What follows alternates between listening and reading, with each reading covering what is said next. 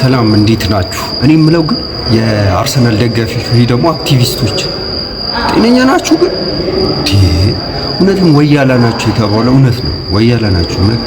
እስቲ የትናንቱን ጨዋታ አልተሸነፍንም።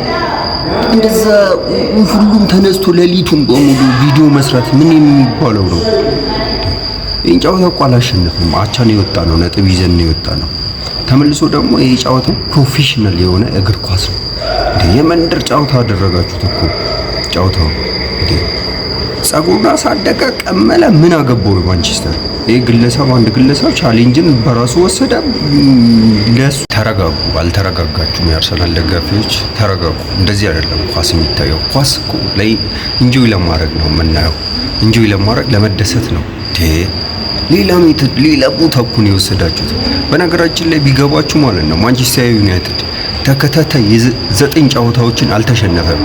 ይሄን እንኳን ተረዱ እንጂ 9 ጨዋታ አልተሸነፈም።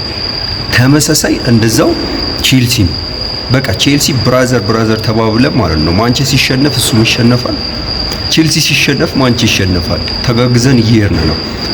ቦታችንም አንቀባበልም። በዚህ ሁኔታ ነው ግን